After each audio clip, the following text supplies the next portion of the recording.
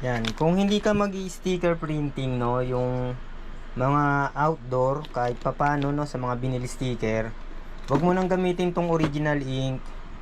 Gamitin mo ay mag-pigment ka na.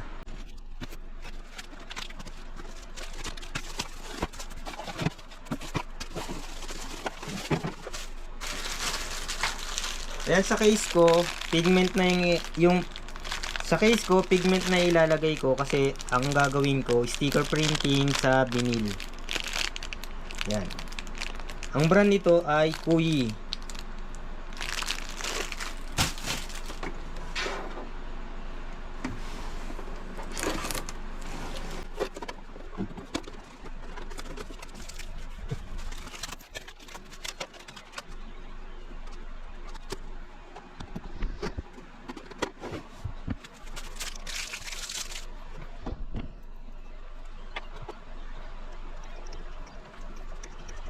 Ang sige pagkakawin ng paper ink, pero hindi. Gusto niya lang kapag nang business. Pero kumain, at kung masisa ang ink, kung ulit ng ink.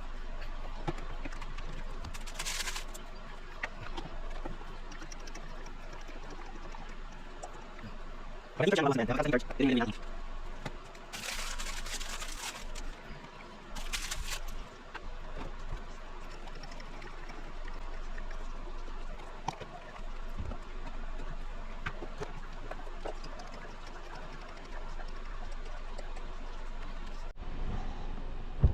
Yan, so try natin mag test print gamit ang RC Satin photo paper 260 GSM. So ito, disclaimer lang yung mga ordinary na photo paper, hindi na ako magbabanggit ng brand, yung may professional na nakasulat sa likod, hindi niya kayang ipid kahit pa yung 200 GSM. Tsaka yung matte na calling cardboard, hindi rin kaya nito. Although maganda yung printout nun, pero hindi kaya ng Epson L121. Yan, etong RC Satin, napipid naman niya ng maayos, tsaka mas hindi nakikita yung yung roller marks o yung guhit sa print.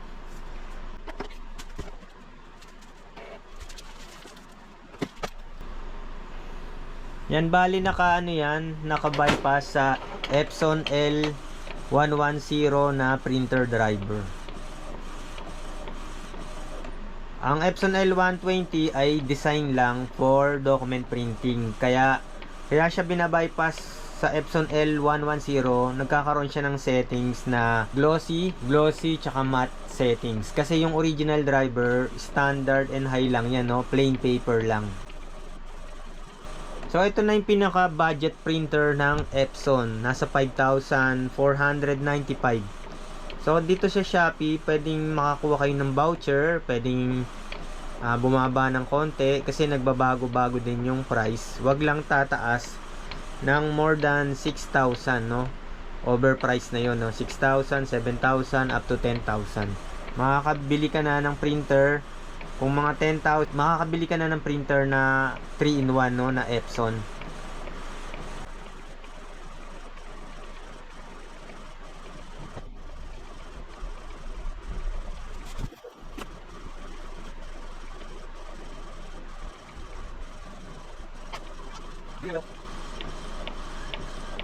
Paalala lang mga subscriber, hindi talaga design for photo printing yung Epson L121. So ang nire-recommend kong photo paper dito kung gagamitin yung photo printing, no, ay RC Satin, no. Huwag kayong gumamit ng ibang type ng photo, no. Kung RC Satin, try nyo rin yung RC Glossy at saka yung RC Woven.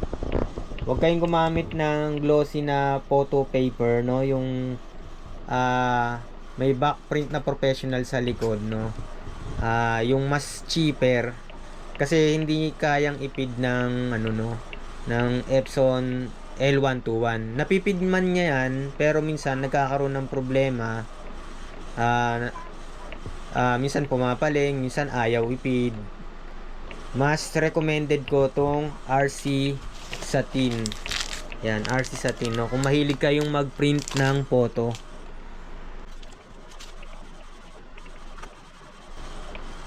So meron ding nabibili dito, no, kasi walang paper tray tong ano eh, dito sa harap.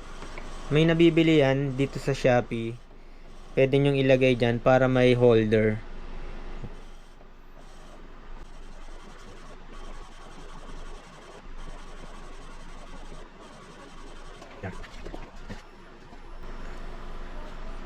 So wala siyang roller marks. RC Satin, no?